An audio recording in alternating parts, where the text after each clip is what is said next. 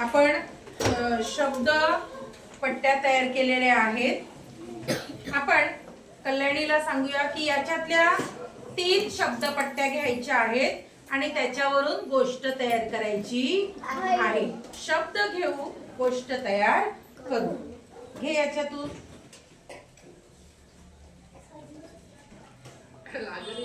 कुत्रा.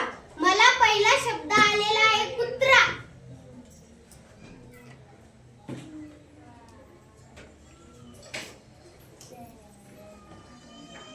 शेतकरी. मला दुसरा शब्द आलेला आहे शेतकरी.